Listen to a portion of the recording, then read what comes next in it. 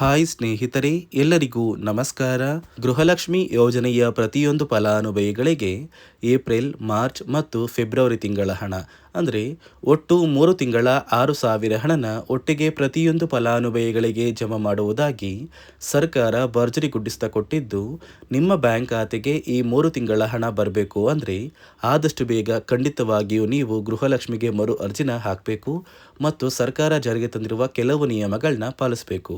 ಅದೇ ರೀತಿ ನೋಡಿ ವೀಕ್ಷಕರೇ, ಸರ್ಕಾರದಿಂದ ಇಂದು ಗುರುವಾರ ಮೇ 7ರಿಂದ ಕರ್ನಾಟಕದ ಒಟ್ಟು 24 ಜಿಲ್ಲೆಗಳಿಗೆ 2 ಹಂತಗಳಲ್ಲಿ ಪ್ರತಿ ಜಿಲ್ಲೆಗಳಿಗೂ 3 ತಿಂಗಳ 6,000 ಹಣ ಬರ್ತಾ ಇದೆ.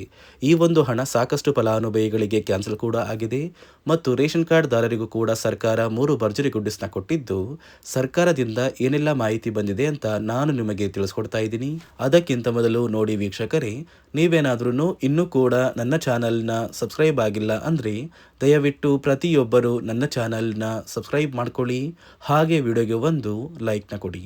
ಹೌದು ವೀಕ್ಷಕರೇ, ಸರ್ಕಾರ ಪ್ರತಿಯೊಂದು ಗೃಹಲಕ್ಷ್ಮಿ ಯೋಜನೆಯ ಫಲಾನುಭವಿಗಳಿಗೆ ಒಟ್ಟು 3 ತಿಂಗಳ ಗೃಹಲಕ್ಷ್ಮಿ ಯೋಜನೆಯ 6,000 ಹಣನ ಜಮಾ ಮಾಡ್ತಾ ಇದೆ.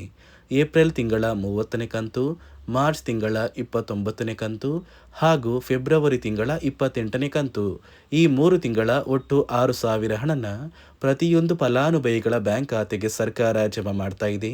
ನಿಮ್ಮ ಬ್ಯಾಂಕ್ ಖಾತೆಗೆ ಗೃಹಲಕ್ಷ್ಮಿ ಹಣ ಬರಬೇಕು ಅಂದರೆ ಆದಷ್ಟು ಬೇಗ ನೀವು ಈ ಮೇ ತಿಂಗಳಲ್ಲಿ ಗೃಹಲಕ್ಷ್ಮಿಗೆ ಕಡ್ಡಾಯವಾಗಿ ಮರು ಅರ್ಜಿನ ಸಲ್ಲಿಸಬೇಕು. ಅದೇ ರೀತಿ ಸರ್ಕಾರ ಜಾರಿಗೆ ತಂದಿರುವ ಕೆಲವು ಹೊಸ ನಿಯಮಗಳನ್ನ ಕೂಡ ಪಾಲಿಸಬೇಕು. ಯಾವ ಕಾರಣಕ್ಕೆ ಸರ್ಕಾರ ಈ ರೀತಿಯ ಹೊಸ ಬದಲಾವಣೆಗಳನ್ನ ಜಾರಿಗೆ ತಂದಿದೆ ಅಂತ ಕೂಡ ತಿಳಿಸ್ಕೊಡ್ತಾ ಇದ್ದೀನಿ.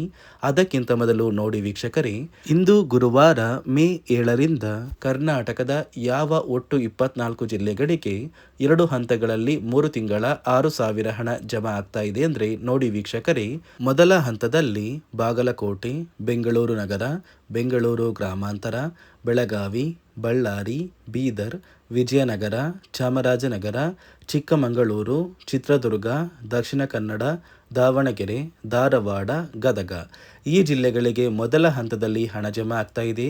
ಎರಡನೆಯ ಹಂತದಲ್ಲಿ ಕಲಬುರಗಿ, ಹಾಸನ, ಹಾವೇರಿ, ಕೊಡಗು, ಕೋಲಾರ, ಕೊಪ್ಪಳ, ಮಂಡ್ಯ, ಮೈಸೂರು, ರಾಯಚೂರು, ರಾಮನಗರ, ಶಿವಮೊಗ್ಗ, ತುಮಕೂರು, ಉಡುಪಿ, ಉತ್ತರ ಕನ್ನಡ ಮತ್ತು ಯಾದಗಿರಿ ಈ ಜಿಲ್ಲೆಗಳ ಪ್ರತಿ ಫಲಾನುಭವಿಗಳಿಗೆ ಎರಡನೆಯ ಹಂತದಲ್ಲಿ ಸರ್ಕಾರ 3 ತಿಂಗಳ 6,000 ಹಣನ ಜಮಾ ಮಾಡ್ತಾ ಇದ್ದು, ಒಟ್ಟು ಪ್ರತಿ ಫಲಾನುಭವಿಗಳಿಗೆ 3 ತಿಂಗಳ ಹಣ ಬಂದೇ ಬರುತ್ತೆ.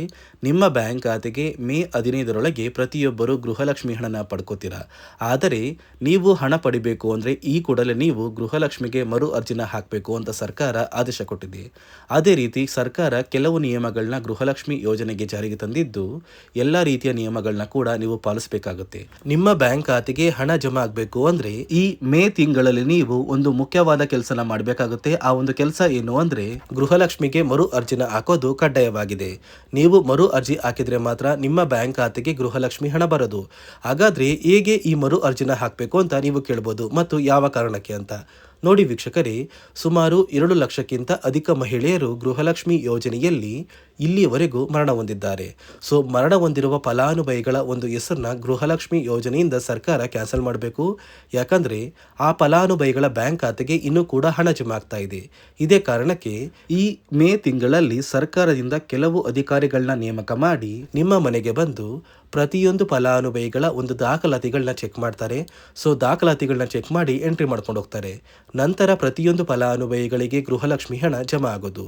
ಅದೇ ರೀತಿ ಇನ್ನು ಮುಂದೆ ವರ್ಷದ ಕೊನೆಯಲ್ಲಿ ನೀವು ಗೃಹಲಕ್ಷ್ಮಿ ಯೋಜನೆಗೆ ನೀವು ಹೊಂದಿರುವ ಲೈಫ್ ಸರ್ಟಿಫಿಕೇಟ್ನ ಕೊಟ್ಟು ಮರು ಅರ್ಜಿ ಹಾಕಿದರೆ ಮಾತ್ರ ನಿಮ್ಮ ಬ್ಯಾಂಕ್ ಖಾತೆಗೆ ಮುಂದಿನ ತಿಂಗಳಿಂದ ಗೃಹಲಕ್ಷ್ಮಿ ಹಣ ಬರೋದು ಅಂತ ಸರ್ಕಾರ ಆದೇಶ ಕೊಟ್ಟಿದೆ. ಈಗಾಗಲೇ ಫಲಾನುಭವಿಗಳ ಬ್ಯಾಂಕ್ ಖಾತೆಗೆ ಒಟ್ಟು 3 ತಿಂಗಳ ಗೃಹಲಕ್ಷ್ಮಿ ಹಣನ ಸರ್ಕಾರ ಜಮಾ ಮಾಡ್ತಾ ಇದೆ.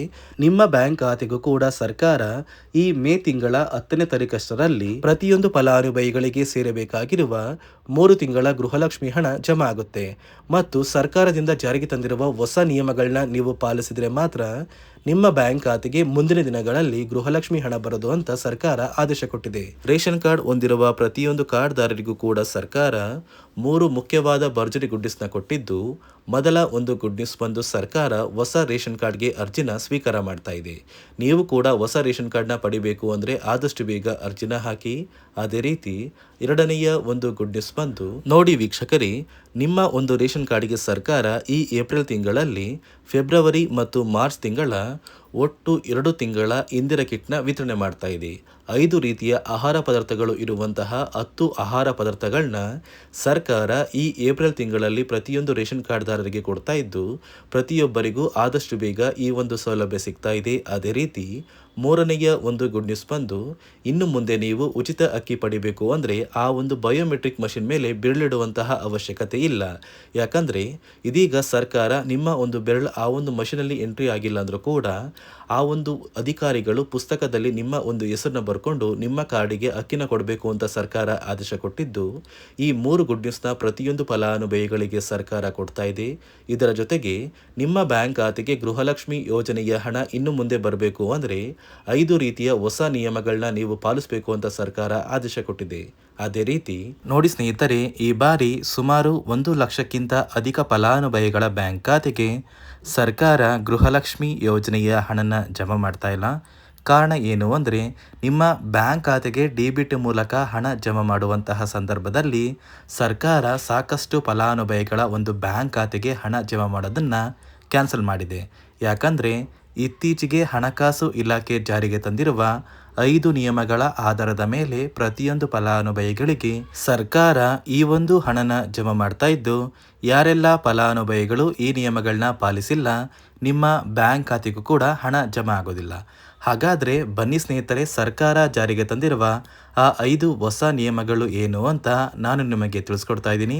ನೋಡಿ ಸ್ನೇಹಿತರೆ, ಮೊದಲನೆಯ ಒಂದು ನಿಯಮ ಬಂದು, ಸಾಕಷ್ಟು ಫಲಾನುಭವಿಗಳು ಹೊಂದಿರುವಂತಹ ಒಂದು ರೇಷನ್ ಕಾರ್ಡ್ ಏನಿದೆ, ಆ ಒಂದು ರೇಷನ್ ಕಾರ್ಡ್ನ ಮನೆಯ ಸದಸ್ಯರ ಪ್ರತಿಯೊಬ್ಬರ ಒಂದು ಆಧಾರ್ ಕಾರ್ಡ್ನ ನಿಮ್ಮ ರೇಷನ್ ಕಾರ್ಡ್ಗೆ ಕಡ್ಡಾಯವಾಗಿ ಲಿಂಕ್ ಮಾಡಿಸ್ಬೇಕು. ಅಂದರೆ ಈ ಒಂದು ಲಿಂಕ್ ಮಾಡಿಸುವಂತಹ ಒಂದು ಪ್ರೊಸೀಜರ್ಗೆ ಸರ್ಕಾರ KYC ಅಂತ ಕರೀತಾರೆ. ನಿಮ್ಮ ರೇಷನ್ ಕಾರ್ಡ್ಗೆ ಇನ್ನೂ ಸಹ KYC ಆಗಿಲ್ಲ ಅಂದರೆ ನಿಮ್ಮ ಬ್ಯಾಂಕ್ ಖಾತೆಗೆ ಸರ್ಕಾರ ಮುಂದಿನ ದಿನಗಳಲ್ಲಿ ಗೃಹಲಕ್ಷ್ಮಿ ಯೋಜನೆಯ ಹಣನ ಕ್ಯಾನ್ಸಲ್ ಮಾಡುತ್ತೆ.